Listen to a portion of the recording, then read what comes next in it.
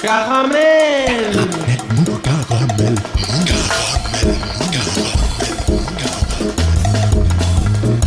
Caramel. Mou. Caramel. Caramel. Mou.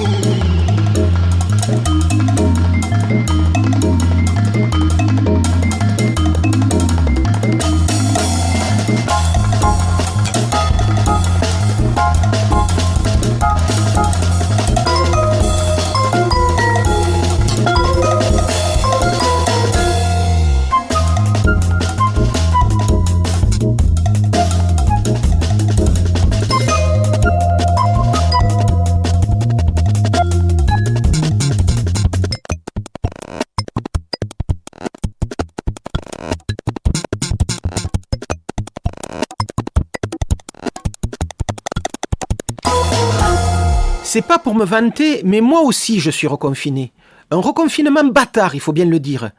Interdiction d'ouverture des petits commerces, même sur rendez-vous, alors que l'on continue à s'agglutiner aux caisses des grandes surfaces. Appel de certains maires à la désobéissance des obligations gouvernementales, Brigitte Barège, la sémillante maire de Montauban, se disant même prête à payer les amendes que pourraient se voir infliger ces commerçants récalcitrants, avec l'argent du contribuable, bien entendu, scolarité en demi-groupe dans les lycées, en classe entière ailleurs, salle de spectacle fermée jusqu'à nouvel ordre, alors que ces dernières ne sont pas repérées par les études faites sur les lieux possibles de contamination comme justement des lieux de contamination. Par contre, les salles de sport, les bars, les hôtels, les restaurants, les entreprises le sont, elles. D'un côté, un gouvernement et des autorités sanitaires qui campent sur des positions fixes, qui ont pourtant beaucoup bougé depuis février 2020. Il n'y a qu'à se rappeler la position que la ministre de la Santé, Madame Buzyn, avait au début de l'épidémie en France sur le port du masque pour se le rappeler. Un gouvernement dont l'action se définit plus au sein d'un cabinet de crise qu'en Conseil des ministres et au Parlement. De l'autre côté, une population qui ne comprend plus, mais qui sent bien que ça tangue sévère chez nos gouvernants. Pas de quoi ramener la sérénité donc. Il est sans doute juste de limiter ces mouvements de population pour éviter que le virus ne circule trop et ainsi ne pas trop surcharger les hôpitaux qui actuellement souffrent d'une pénurie de lits et de personnel. Faudrait-il encore que dans le même temps, on nous explique le pourquoi de cette situation? Et pour le coup, je ne crois pas que le coronavirus 2019 en soit la raison majeure. Salut les filles, c'est Joe Kangourou pour un nouvel épisode de Caramel Mou, saison 32, réalisé à l'arrache depuis le huis clos de mon garage. Ce soir, on parle du prochain album du groupe toulousain Host, avec la saxophoniste Carla Gaudret. On évoque les activités en sommeil du collectif Freddy Moraison Production, avec Claire Dabos, sa chargée de production. Et on prend des nouvelles du bijou, le Cafcons de l'avenue de Muret, avec Pascal Chauvet, qui avec sa femme Emma dirige ce lieu indispensable du paysage culturel toulousain. Mais pour commencer, je vous amène à New York. C'est Caramel Mou et c'est tant mieux. Été 72. Philippe Marcadet, 17 ans à l'époque, commence un de ses road trips alors en vogue sous la double influence du roman de Jacques Kerouac, La Route, et du film de Dennis Hopper, Easy Rider. Partant de Boston, il s'agira pour ce Français de rejoindre Los Angeles par la fameuse route 66, périple initiatique, horizon sans fin offert à sa jeunesse insouciante. Un an plus tard, après quelques incidents de parcours, dont un séjour dans le quartier des mineurs d'une prison de Phoenix dans l'Arizona, avant son transfert une fois ses 18 ans fêtés dans le pénitencier fédéral de Florence, toujours dans l'Arizona, pour une vulgaire histoire de fumette, le voici arrivé à bon port, Los Angeles. Le temps de se baigner dans le Pacifique, de revenir en France pour s'y faire exempter de service militaire, puis de retraverser l'Atlantique pour rejoindre un copain à Boston, et le voilà, en septembre 74, qui s'installe au Chelsea Hotel dans la 23e avenue, au cœur de Manhattan. Pendant 10 ans, Philippe Marcadet, alias Flipper, arpentera ce quartier, fréquentant la scène musicale locale, traînant au max ou au CBGB, de bars miteux qui deviennent vite l'alpha et l'oméga de la déglingue stylée, de la fureur et du bruit. Dans un récit Au-delà de l'avenue D, paru aux éditions Scali, qui se fait l'écho de cette odyssée hors norme, Philippe Marcadet raconte ainsi son arrivée à New York. Waouh! On arriva par Harlem la nuit. Il venait de pleuvoir et les trottoirs brillaient sous les lampadaires. Je n'avais jamais rien vu de pareil de toute ma vie. Tout était pété, du verre cassé partout, des poubelles renversées, des squelettes de bagnoles abandonnés et surtout des graffitis, par milliers, qui recouvraient d'autres graffitis qui eux-mêmes en recouvraient d'autres. En passant devant chaque immeuble, on pouvait voir qu'il y en avait autant à l'intérieur. C'étaient des tags, des signatures et des logos que chaque gosse qui essayait de s'identifier dans cette jungle apposait sur les murs. Chaque graffiti indiquait systématiquement le nom de l'artiste et le numéro de sa rue, jamais rien d'autre. Ce n'était pas Joe M. Marie ou Libérer la patrie, c'était Chien 132, Tueur 156, Apache 149. Et il y avait aussi des initiales qui identifiaient le territoire des différents gangs comme DTKL AMF, qui voulait dire Down to Kill Like a Motherfucker, prêt à tuer comme un salopard. Ce New York, c'est aussi celui qui voit arriver le punk en ville, et notre héros en connaîtra très vite toute la faune nocturne, de Blondie aux Ramones, en passant par Johnny Sanders, les Dictators ou Nancy Spuggen, la fiancée de Sid Vicious. On écoute tout de suite Sheena is a Punk Walker des Ramones, le groupe emblématique du punk new-yorkais, et je vous raconte la suite de ces aventures trépidantes la semaine prochaine.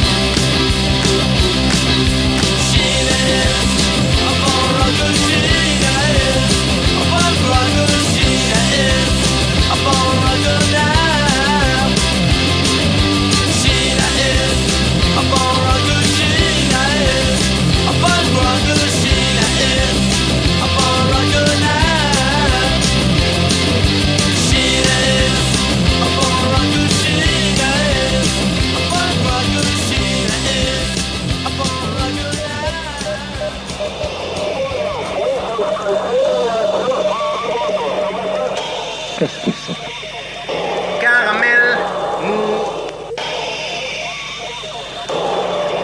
Et ça, qu'est-ce que c'est? Cette voix dont l'accent triomphant perce à travers le grésillement de la radio. C'est Joe Congo ou pardon? Carla Gaudret, bonsoir. Oui, bonsoir. Un petit coup de fil par ces temps confinés. On n'a plus que ça comme solution pour prendre des nouvelles les uns des autres. Un petit coup de fil pour d'abord vous demander comment vous allez et ensuite pour parler de ce prochain album du groupe Host dans lequel vous officiez. Je rappellerai simplement, avant de vous laisser la parole, que on vous a découvert il y a quelques années, il y a une petite dizaine d'années, au sein d'un quartet qui s'appelait le Wen Quartet, mais que vous jouez aussi avec des tas de groupes sur Toulouse. Vous faites partie de cette scène jazz toulousaine. Et donc, depuis 5-6 ans, il y a cette aventure avec le quartet Host. Et on annonce pour le printemps 2021 un nouvel album de Host qui s'appellera Kos, un album dont vous parlerez dans un deuxième temps. Mais d'abord, comment allez-vous, Carla Gaudret? Mais je vais bien, je suis contente de vous entendre, de vous avoir au téléphone et je vais aussi bien qu'on puisse aller en ces temps perturbés. Voilà, comme tout le monde, assez inquiète pour notre avenir à tous, notre avenir en tant qu'artiste, l'avenir des lieux qui nous sont chers, des lieux de programmation qui sont toujours fermés pour la plupart. Et on ne sait pas quand ils pourront rouvrir, quand on pourra de nouveau donner des concerts, aller voir des concerts. Donc ça, c'est toujours très, très difficile. Mais à côté de ça, on continue à faire des choses, à créer, à répéter, à monter des répertoires, des créations et à bouger, quoi. Une journée pour Carla Gaudret actuellement, ça consiste en quoi? Alors, en ce moment, je travaille sur plusieurs répertoires parce que j'ai intégré d'autres formations en parallèle de Host. Donc voilà, c'est travailler sur des partitions, travailler mon saxophone. Je me suis mis au saxophone baryton, donc ce qui est quand même une grande aventure pour moi puisque le sax fait à peu près ma taille. Ah oui, j'allais dire physiquement, ça doit être assez terrible cette histoire. Oui, voilà, ouais, c'est très chouette, j'adore. Voilà, donc c'est une nouvelle aventure qui me prend un petit peu de temps aussi, et c'est chouette. Physiquement, il y a beaucoup de souffle à balancer dans ce biniou-là. Oui, après c'est surtout justement ergonomiquement que c'est voilà, ça peut être le plus compliqué pour moi parce que je suis pas très grande, mais pour le reste ça va. Voilà, le souffle ça va. Je le travaille depuis de nombreuses années, donc ça peut aller. Très bien. Donc, Carla, je le disais en début d'entretien, on annonce un nouvel album pour Host au printemps 21, un album dont vous aviez commencé à faire écouter certains morceaux il y a déjà 1 an et demi. Qu'est-ce qui fait que, hormis le Covid, qu'est-ce qui fait que cet album a mis un peu de temps à apparaître et à se mettre en place?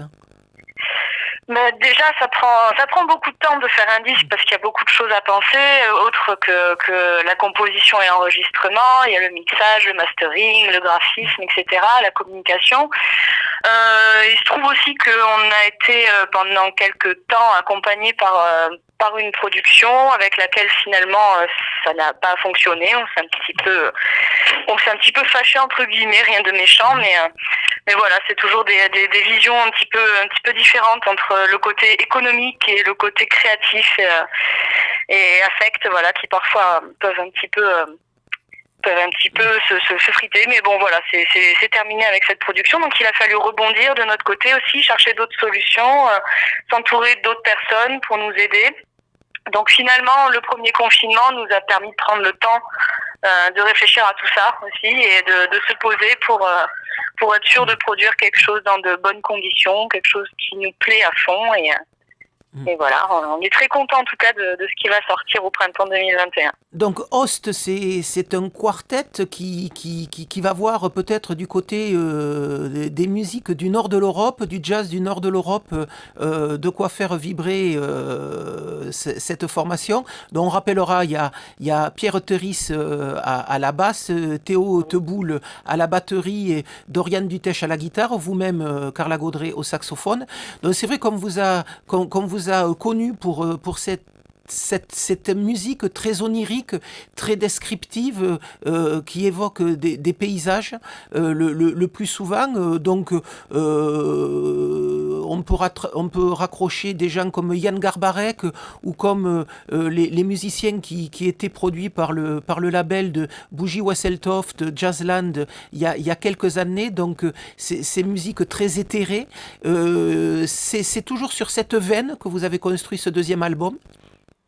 Oui, complètement. Après, on a plein d'autres inspirations aussi, puisque en fonction de nos influences et de nos parcours, donc voilà, ça peut aller très bien chercher dans le rock progressif aussi, le post-rock beaucoup, aussi la folk, la pop. On va chercher plein de couleurs pour nourrir un petit peu cet univers et lui donner toutes les couleurs possibles, quoi. Voilà, parce qu'on pense toujours ce répertoire comme un voyage.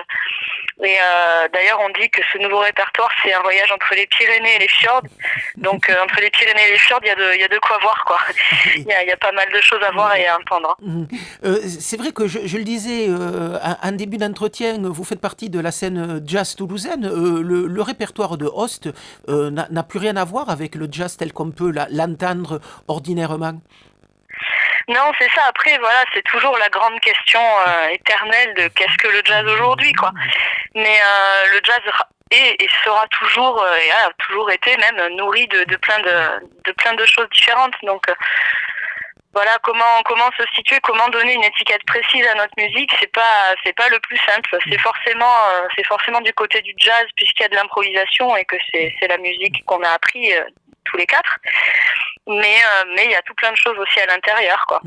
Même si l'improvisation tient une place importante dans les compositions de Host, c'est quand même des compositions très écrites.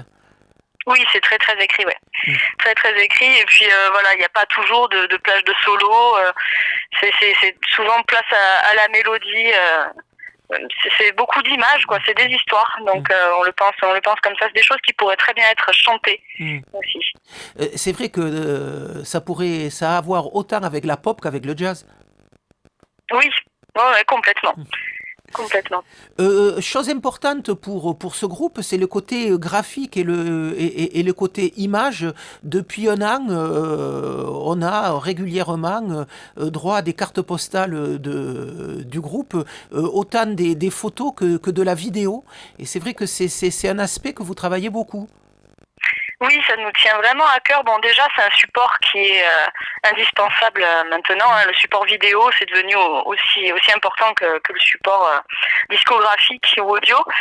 Et puis, on a la chance de travailler avec des personnes très talentueuses pour ça. Donc, on en profite. Effectivement, on a réalisé 2 clips avec Jonas Lopez, qui travaille avec nous depuis le début.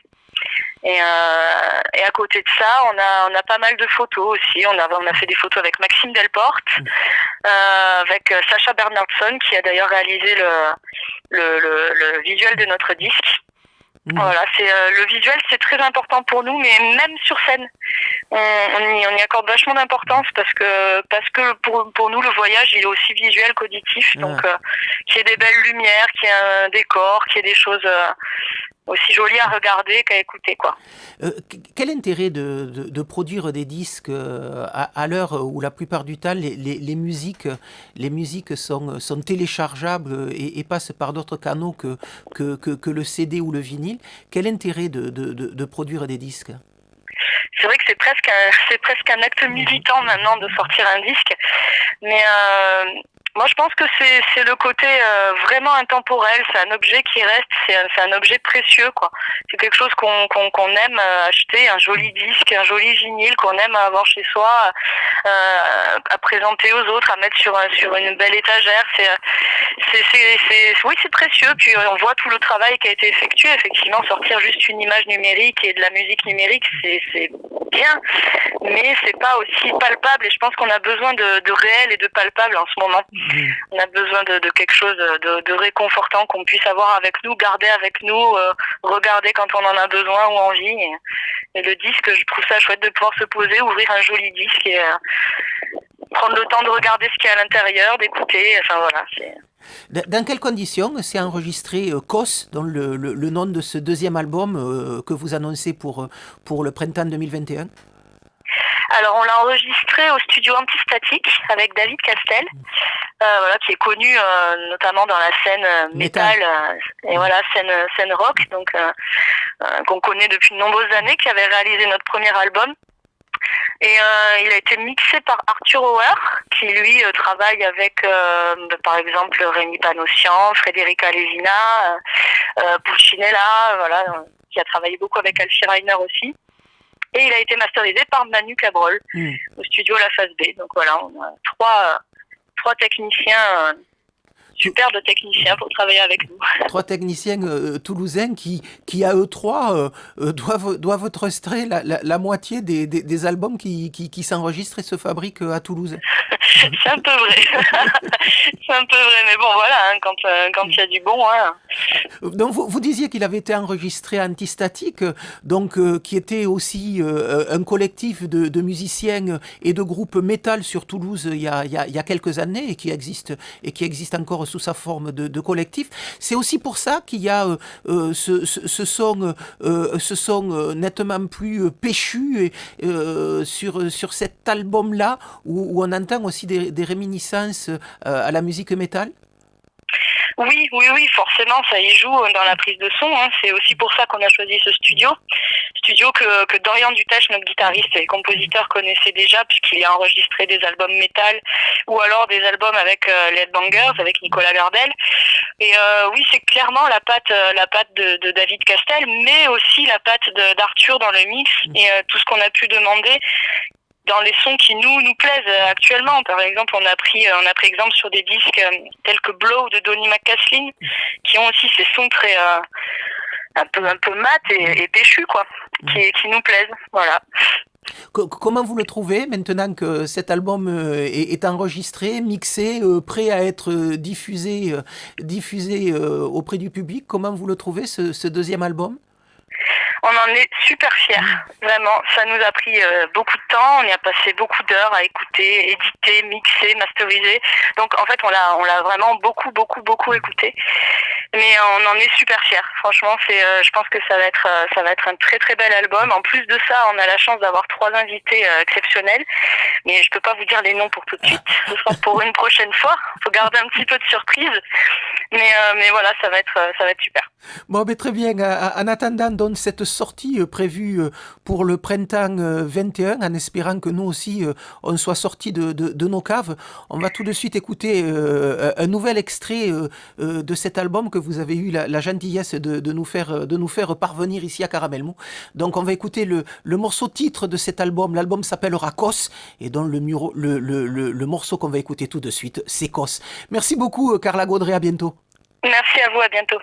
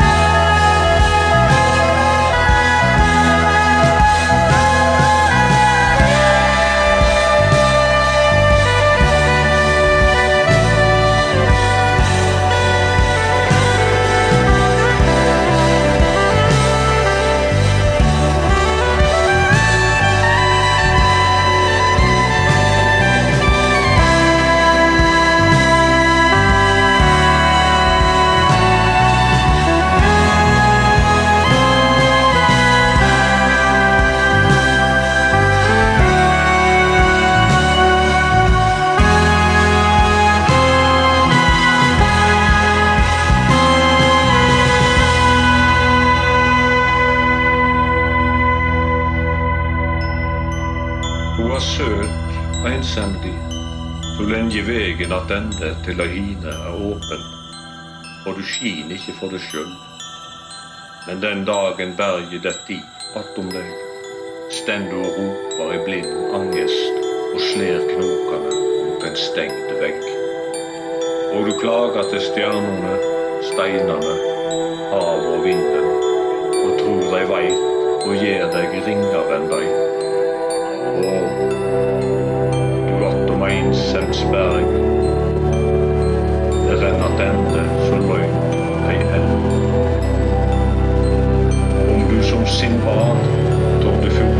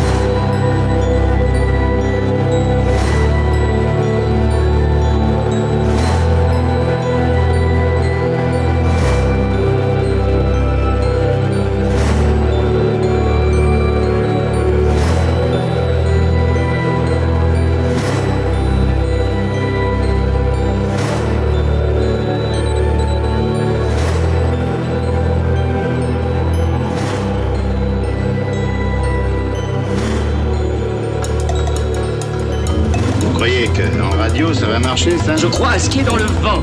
Et vous n'avez pas du tout l'esprit station. Oui, c'est bien d'être un moteur branché, destroy, mais il y a des limites. Caramel.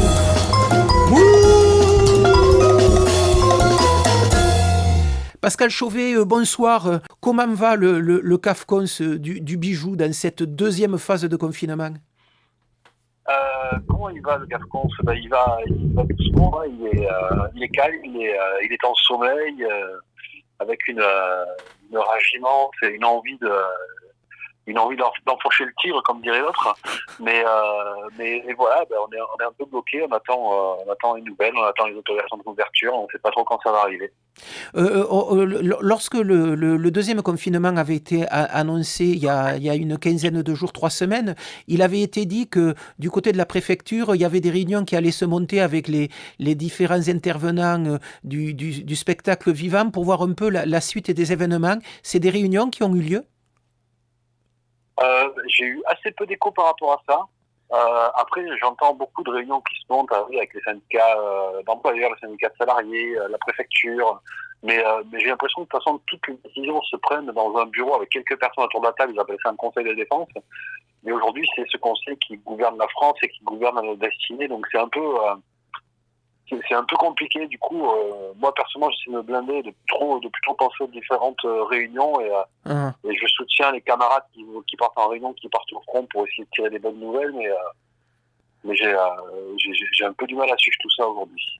Cette année 2020 aura été quasiment une année blanche pour le bijou.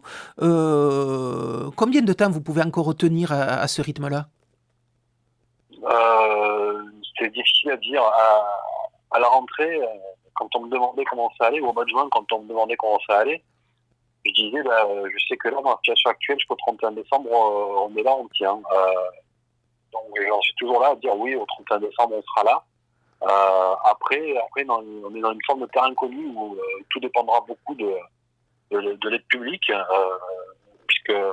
puisqu'aujourd'hui, on tient sur ça, en fait, sur la capacité des différentes collectivités ou des différents organismes à nous aider financièrement. C'est dur, on est passé d'une politique de projet où on mène plein de projets avec plein d'envie pour des artistes à une politique où finalement on fait la quête, quoi. On court après les subsides de l'État pour avoir le droit de pouvoir reprendre le boulot on ne sait pas quand. C'est un peu fatigant. Avec une saison de 2020-2021 qui était repartie plutôt de manière très satisfaisante, les concerts de septembre et d'octobre ayant été très couru du côté du bijou. C'est vrai aussi que vous étiez une des rares salles à avoir réouvert les portes avec la CAFPO, avec le métronome. Mais c'est vrai qu'il y avait quelques petits bars du centre-ville aussi avaient refait de la musique, mais il y avait encore peu de propositions sur Toulouse. Et c'est vrai que les concerts au bijou de septembre-octobre ont été très très courus. Ouais, on a refusé du monde tous les soirs. Alors après, effectivement, comme tu le dis, on n'était pas nombreux à faire des concerts, à avoir des propositions culturelles sur la période, donc ouais. Donc il y avait du monde qui voulait venir. Et puis on travaille sur une jauge réduite, sur 65 personnes au lieu de presque une centaine, donc ça change beaucoup de choses. Mais malgré tout ça, on a senti vraiment l'envie du public de retrouver du lien, en fait, de retrouver des compositions artistiques, de retrouver de la rencontre, de la chaleur. Pascal Chauvet, on l'aura compris, le bijou a donc été obligé d'arrêter sa programmation. Qu'est-ce qui est néanmoins prévu d'ici la fin du confinement? On aura compris hier en écoutant le Premier ministre que la réouverture des salles, c'est pas pour tout de suite et sûrement pas en décembre.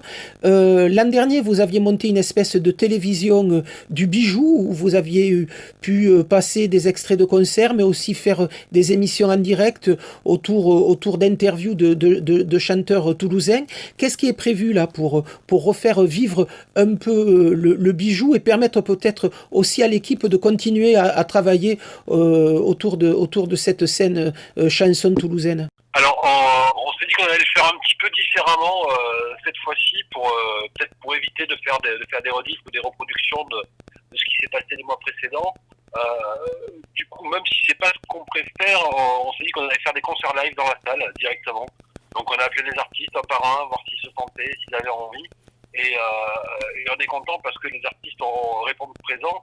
Et la première, ce sera le jeudi 19 novembre avec Boucan, qui viendra nous présenter son spectacle à l'intégralité et qui sera filmé et présenté en live sur les jeunes diraient Facebook, Twitter et non pas Twitter, Facebook, YouTube et Twitch. Je connais pas Twitch, mais voilà, on pourra avoir un vrai concert en live de Boucan. Alors à travers ton écran, mais du coup ça fera un petit bout de bijou dans le salon de nos publics. Et puis la semaine d'après, le jeudi 26, on aura Timoné qui viendra faire un concert en solo. Donc qui viendra de Montpellier pour faire ce concert. Exactement, on lui fera sa petite attestation bien dans les règles pour qu'il puisse venir jusqu'au bijou et nous faire un vrai concert. D'accord. Les concerts. Tous les gens qui regarderont. Les concerts à partir de quelle heure? 21h30 comme d'ordinaire au bijou? Non. Vu qu'on ce sera dans le salon de tout le monde, on le fait à 21h32. À 21h. Non, pardon, j'ai une bêtise. À 20h32. D'accord. Je vais être précis. Voilà, 20h32, on démarre. Bon, mais très bien. Donc, on sera à ce rendez-vous-là jeudi prochain, dans le 19 avec Boucan et le 26 avec Dimonet. Vous êtes aussi en train d'essayer de continuer à faire vivre votre restaurant, qui lui aussi est fermé, mais vous proposez régulièrement que l'on vienne commander des repas chez vous par le système de click and go, comme on dit en franglais désastreux. C'est quelque chose qui commence à fonctionner, ça, ou pas? Ça commence à fonctionner, effectivement. Moi, je m'interrogeais sur l'opportunité de le faire, et puis sur les équipes qui avaient envie de continuer à se mobiliser pour le bijou. Donc, le cuistot, les serveuses qui se sont dit, allez, on continue. Donc, 2 fois par semaine, on propose un petit plat fait sur place. Et force est de constater que ça marche. Là, c'est jeudi, hier, on a proposé un rougail saucisse avec la recette réunionnaise de la grand-mère d'une de nos serveuses. Et il y en a une 50aine qui sont partis, donc c'est extrêmement satisfaisant. Donc on s'est dit, on remet ça la semaine prochaine, mardi et jeudi, avec le couscous du mardi et la tourte à la viande le jeudi. Voilà, donc ça c'est au bijou. Si l'on veut manger et continuer à manger la cuisine du restaurant Le Bijou, on fait comment pour réserver? Alors le plus simple, c'est par le site internet du bijou. Il y a un petit formulaire qui est vachement bien gaulé. On choisit ce qu'on veut manger, en quelle quantité, ce qu'on veut boire, parce qu'on peut prendre le vin à emporter aussi. C'est important de le signaler. Et on choisit l'heure à laquelle on vient le chercher, entre 11h30 et 13h30. Et c'est parti.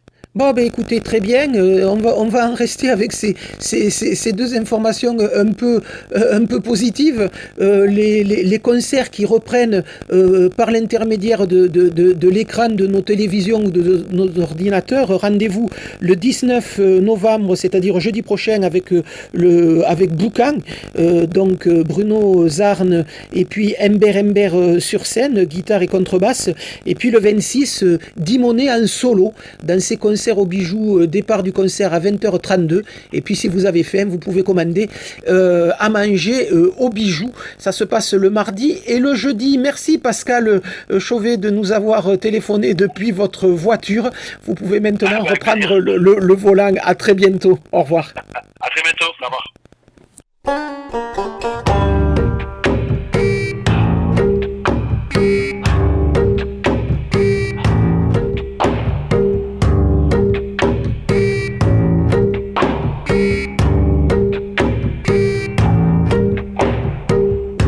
Les hommes naissent cons, aucune raison que ça change. Rien, ni personne. Let's go, spin the ball.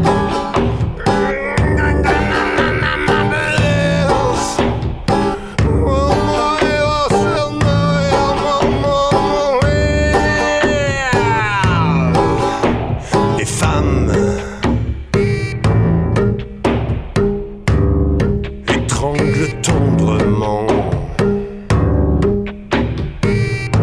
jusqu'à donner la mort.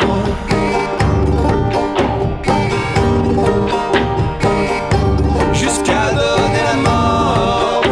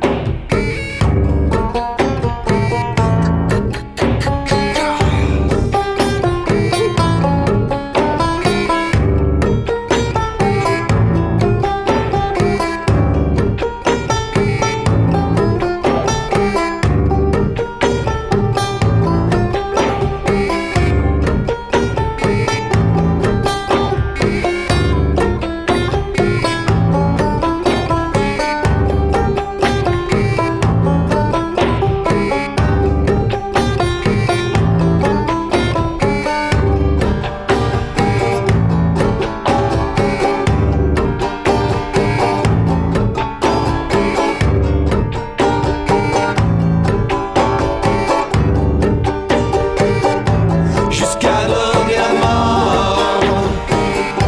Jusqu'à donner la mort. Jusqu'à donner la mort. Jusqu'à donner la mort.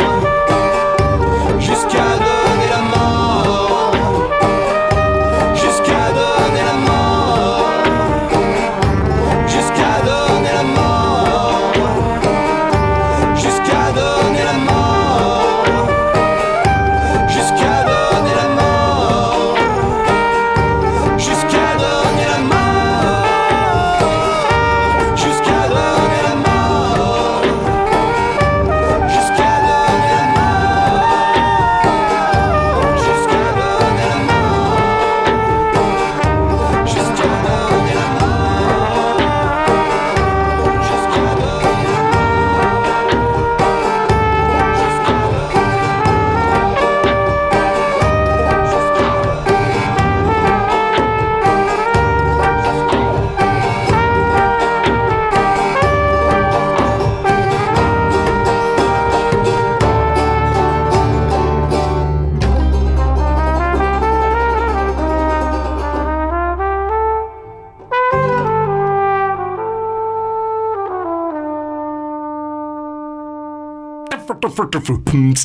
Caramel. Mou.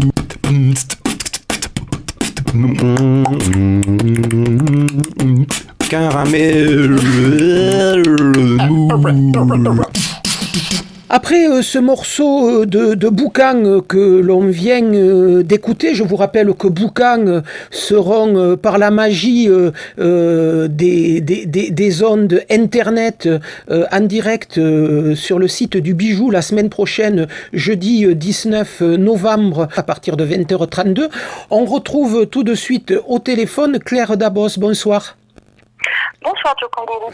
Voilà, Claire Dabos qui est la chargée de production d'un collectif de musiciens, Freddy Moraison Production, collectif de musiciens monté en 2002. Et ce coup de téléphone simplement pour vous demander comment va le collectif, nous donner un peu des nouvelles de ce collectif et de cette structure assez indispensable au paysage culturel toulousain. Oui, Freddy Moraison, c'est un peu comme tout le monde en ce moment. C'est pas évident. C'est sûr que l'activité de Freddy Moraison, elle est axée sur plusieurs choses. On fait tout d'abord de l'accompagnement de projet. On aide vraiment les musiciens à réunir des conditions pour travailler, monter des créations, etc. Donc ça, avec le contexte, on arrive quand même encore à peu près à travailler. Par contre, là où c'est très difficile, c'est pour vraiment accompagner ces musiciens sur de la diffusion de concerts, puisque voilà, tout s'est arrêté, les perspectives sont quand même très opaques, on ne sait pas du tout quand est-ce qu'on va se libérer de tout ça et comment on va pouvoir rebondir, donc effectivement, c'est pas simple. Et on le disait tout à l'heure avec Pascal Chauvet, c'est pas à l'écoute des déclarations du Premier ministre et du gouvernement hier que on peut penser que les salles de concert vont rouvrir tout de suite. Apparemment, même en décembre, il en est toujours hors de question. Non, je crois pas. Et de toute façon, il me semble qu'à Toulouse, les grosses salles culturelles comme le TNT, etc., avaient déjà pris les devants et annoncé qu'ils ne réouvriraient pas, même en cas de relâchement de dernière minute, parce que ce sont je pense qu'on est tous très, très, très fatigués de faire, de défaire, d'avoir une vision à très court terme, de ne pas savoir dans 15 jours comment ça va se passer. C'est au bout de tous ces mois un petit peu d'aller-retour, ça devient vraiment pénible. Donc, Freddy Moraison Production, c'est la réunion d'un certain nombre de musiciens issus des scènes jazz, musique impro, musique contemporaine. Dans ce collectif, on retrouve Marc Desmereaux, Christine Vaudrasca, Didier Kowarski, Robert Finker, Mathieu Souriceau, Sébastien Sirotto, Fabien Duscoms, Florian Nastorg, Marma Fiolo, j'en oublie plein, avec des groupes emblématiques dans ce collectif comme le Tigre des Platanes, comme Aquaserge, comme Bedmakers, comme No Noise No Education et plein d'autres, Facteurs Sauvages également. Comment vivent cette situation? Quel est le vécu de cette situation par les musiciens là? Les musiciens commencent à vraiment être fatigués aussi de ces incertitudes. Notamment cette année, on a eu plusieurs musiciens de Freddy Moraison qui avaient réussi à travailler, à monter des projets et à préparer des nouvelles créations, des nouveaux répertoires. Comme par exemple Sébastien Sirotto qui a monté une nouvelle formation qui s'appelle Mortel Randonnée, qui a préparé au printemps dernier un répertoire sur la figure de Carla Bley. Cette création devait se jouer pour la première fois au Taquin début avril. Avec un répertoire un peu particulier de Carla Bley, c'est aussi des chansons. Oui, ce sont vraiment basés sur les chansons de certains répertoires de Carla Bley, comme l'album I Hate to Sing, me semble-t-il. Et voilà, donc il travaille sur une relecture très personnelle, puisque Carla Bley travaille beaucoup sur la formation orchestrale et que là, ils ne sont que 4. Donc c'est un peu la gageure de comment retranscrire cette énergie orchestrale avec juste 4 instruments. Et un spectacle et un répertoire que l'on aurait vu découvrir au Taquin en avril dernier, qui a été reporté une première fois en avril, une deuxième fois en novembre, et qui là est en attente d'une première à Toulouse qui n'est toujours pas arrivée. Voilà, c'est ça. Ça a vraiment été prêt à jouer au mois d'avril. On est là fin novembre et il n'y a toujours pas eu de rendez-vous avec du public. Donc c'est vrai que ce sont des situations... Et qui est celle de Mortel Randonnée et qui est celle de tous les musiciens du collectif. Oui, on a également Aquaserge qui avait préparé également une nouvelle création qui devait sortir Là également au mois de novembre, un gros projet qu'on avait monté avec le Théâtre de l'Archipel à Perpignan, le lieu unique à Nantes et d'autres structures qui nous ont vraiment accompagnés et aidés sur ce projet. C'est une relecture d'Aqua Serge augmentée de quelques musiciens de Freddy Moraison, donc une relecture de nos répertoires de musique contemporaine. Pareil, ça fait 1 an qu'on bosse dessus, qu'on a réuni des financements, mis en place des résidences, etc. Et arrivé au bout du processus, rien. Rien, pas de concert. Donc ça c'est la réalité actuellement des musiciens, c'est-à-dire que actuellement ils restent chez eux. Il y a des facilités, des possibilités de répétition ou de travail en résidence qui restent néanmoins autorisées par les dernières consignes gouvernementales. Mais c'est vrai que le côté majeur du travail d'un artiste, c'est-à-dire la diffusion et le rapport avec le public, n'existe plus depuis maintenant 6-7 mois. Oui, c'est sûr que au bout d'un moment, ça perd quand même tout son sens de travailler pour juste l'idée de travailler et d'avancer des nouvelles compositions. Après, il y a quand même eu des moments de resserrement pendant l'été ou en début d'automne qui ont permis quand même aux musiciens de Freddy Moraison de travailler et de rencontrer un petit peu certains publics. Là, du coup, ce qu'on s'est dit, parce que on ne sait pas quand les choses vont se desserrer, les lieux de diffusion sont fermés et de toute façon ont déjà annulé tout leur printemps, tout leur automne, très certainement tout leur hiver. Donc de toute façon, renouer un dialogue pour proposer des nouvelles créations à des lieux qui sont donc en plein casse-tête de report de 1 an de programmation, ça va être compliqué. Donc les musiciens de Freddy Moraison ont eu envie de prendre un petit peu le taureau par les cornes, de pas subir complètement la situation, et donc on est en train de monter, de rechercher des partenariats, des financements pour tenter de programmer nous-mêmes. L'idée nous est venue parce que les musiciens de Freddy Moraison se sont d'abord tous rencontrés à Toulouse, dans la ville, mais petit à petit, avec le temps qui passe, ont essaimé un petit peu dans tout le territoire de la région, en Occitanie. Du coup, on retrouve Robin Finker dans les Cévennes, Laurent Paris dans le Gers, par exemple, Marc Demro en Ariège. Ils se sont tous un petit peu éparpillés. Donc, Aqua Serge plutôt dans le Tarn. Comment ? Aqua Serge plutôt dans le Tarn. Oui, voilà.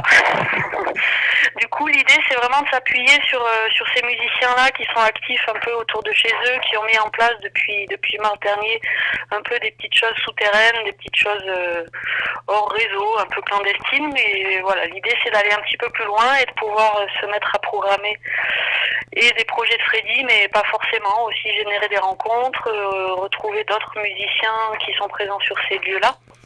Et vraiment essayer de développer nous-mêmes une forme de programmation un peu différente. On a suivi Andy Lévesque, Mr Bishop, sur une balade à vélo, par exemple. Faire des concerts dans des jardins privés, faire des concerts dans des ateliers d'artistes. Essayer de sortir un peu du cadre qui pour l'instant est complètement bloqué pour avoir de nouvelles idées et trouver de nouvelles façons de travailler. Avec une façon de programmer dans des lieux différents qui prend en compte les directives gouvernementales ou pas du tout ? Oui, je pense que la carte à jouer, ce sera à partir du printemps d'être le plus possible en extérieur. Et puis travailler sur des performances sonores pour de très petites jauges, quitte à les répéter. Par exemple, organiser une série de concerts de solo ou petits duos dans des lieux pour très peu de public, et le public se renouvelle. Les concerts se succèdent et le public, ça s'apparenterait plus à des performances ou des installations sonores que vraiment des concerts. Mais au moins, ça permet de garder la musique dans l'espace autour de chez nous. Et d'en faire écouter. Le travail actuellement de Freddy Moraison, il est axé essentiellement là-dessus, sur cette recherche de nouvelles formes, ou c'est aussi prévoir ce qui sera les programmations à venir et aussi les disques à venir, puisque en même temps que Freddy Moraison est un collectif de diffusion de musique, il est devenu au fur et à mesure de son histoire un collectif de production de musique avec un certain nombre d'albums qui sortent de vos rangs. Oui, je pense que là, c'est une situation qui nous a poussé à réfléchir et à travailler autrement. Après, le cœur de métier, même si on prend beaucoup plaisir à faire ça, le cœur de métier de Freddy Moraison, c'est quand même d'accompagner ces processus de création et de diffusion et de développer ce petit label maison qu'on a mis en place. Donc l'idée, là, par exemple, on a déjà 3 projets de nouvelles créations qui sont dans les tuyaux pour 2021. Alors pour l'instant, des créations sont en train de se mettre en place. Leur diffusion est complètement impossible à mener, mais bon, on essaye quand même d'y travailler. Et on a 3 projets d'albums qui sont dans les tuyaux, avec un nouvel album en solo de Nicolas Lafourès qui devrait sortir assez vite au mois de janvier. Dans le guitariste? Le guitariste, voilà, de Forêt. Mr Bishop, qu'on a accompagné pas mal depuis 1 an ou 2, a travaillé également à l'enregistrement d'un album en solo, mais avec quelques invités de la scène toulousaine. Donc ça aussi, c'est dans les projets à venir. Donc Andy Lévesque, un saxophoniste? Un saxophoniste qui sera accompagné là par Sarah Brault, Marion Josserand, Florian Mastorg et Jean-Pierre Villain. Oui, très bien. Voilà, je pense que ça va être un assez beau projet. Et on a également notre cher Tigre des Platanes qui avait enregistré un dernier répertoire avec donc le nouveau trompettiste Nathanaël qui a rempli la lourde tâche de remplacer Pierrot. Donc qui ont voulu repartir de l'avant après le décès de Pierrot et voilà, sont repartis sur de nouvelles choses, de nouvelles envies et ça aussi je pense que ça sortira sur le label d'ici l'été. Bon, eh bien, écoutez, c'est tout le bien que l'on vous souhaite, en espérant que la structure puisse passer économiquement ce cap un peu difficile. C'est quelque chose qui commence à vous inquiéter ou pas? Alors Freddy Moraison, on fait partie des structures qui sont quand même repérées en musique actuelle depuis longtemps et par la DRAC et par la région. Donc on a la chance d'être conventionné par ces deux entités.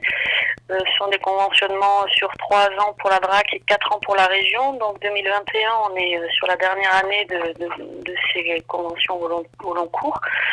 Donc 2020, 2021, il y a également des dispositifs d'aide et de crise qui ont pu être mis en place sur lesquels on a travaillé et qui nous ont permis aussi d'obtenir quelques budgets pour faire face aux annulations qui se sont succédées.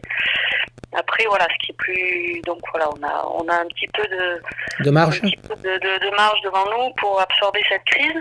Voilà, ce qui nous inquiète plus, c'est vraiment l'avenir. Je pense que les financements, les politiques publiques autour de la culture vont peut-être être un peu mises à mal puisque tous ces milliards qui tombent du ciel risquent forcément d'avoir des répercussions sur l'ensemble des politiques nationales. Tout à fait. Bon, soit de la culture ou pas, mais voilà. Bon, écoutez, Claire, pour l'instant, on est toujours là et on est motivé. Et effectivement, vous êtes toujours là. On continuera à vous soutenir. On continuera aussi à prendre des nouvelles en attendant de pouvoir revoir quelques-uns de ces musiciens du collectif Freddy Moraison sur scène, ce qui quand même devrait bien arriver à être de nouveau possible. Il ne faut quand même pas exagérer. On ne va pas passer notre vie dans des caves. C'est sûr. Ou devant des écrans à regarder des concerts en streaming. Ah ouais. Allez, c'est tout le bien que l'on peut se souhaiter. Claire Dabos, merci en tout cas d'avoir répondu à ce coup de fil et à très très vite et bon courage. Merci Joe Kangourou, à bientôt. À bientôt.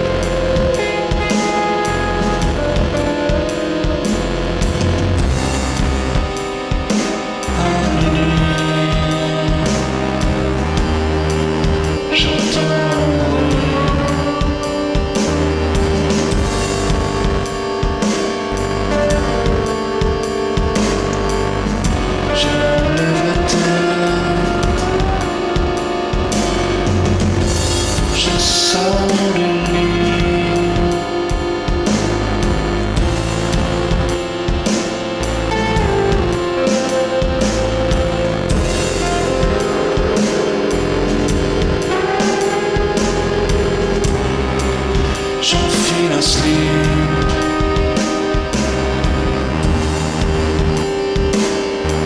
sors dans le couloir.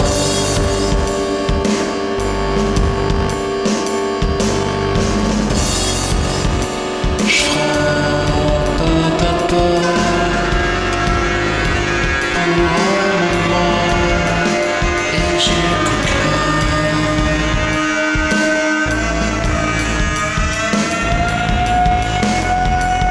Pas un bruit.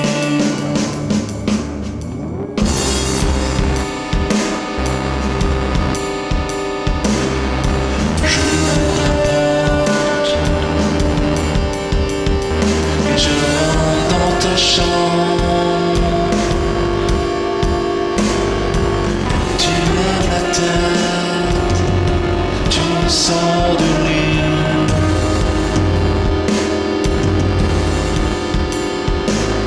Feel asleep.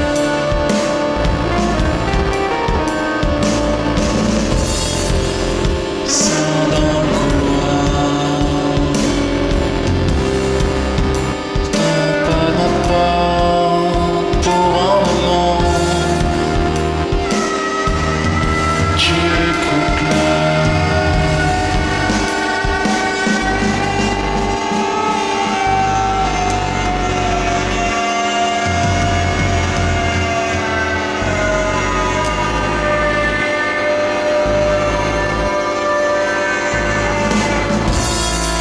Pas un bruit.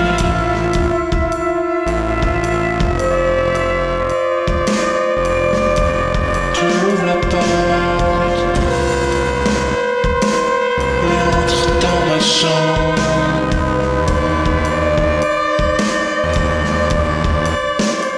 Je lève la tête. Je sors du lit. J'enfile un slip à minuit.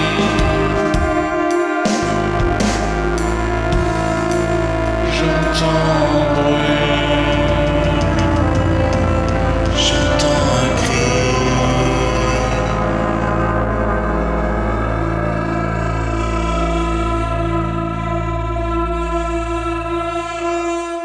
Voilà, Caramel Mousse, c'est terminé pour aujourd'hui. Pour finir cette émission, on vient d'écouter Minuit, un morceau issu du nouveau répertoire de Mortel Randonnée, le nouveau groupe de Sébastien Sirotto, un musicien membre du collectif Freddy Moraison Productions. Nous, on se retrouve la semaine prochaine, et la semaine prochaine, je serai accompagné des chroniqueurs habituels de Caramel Mou. D'ici là, portez-vous bien, salut les filles, à la semaine prochaine.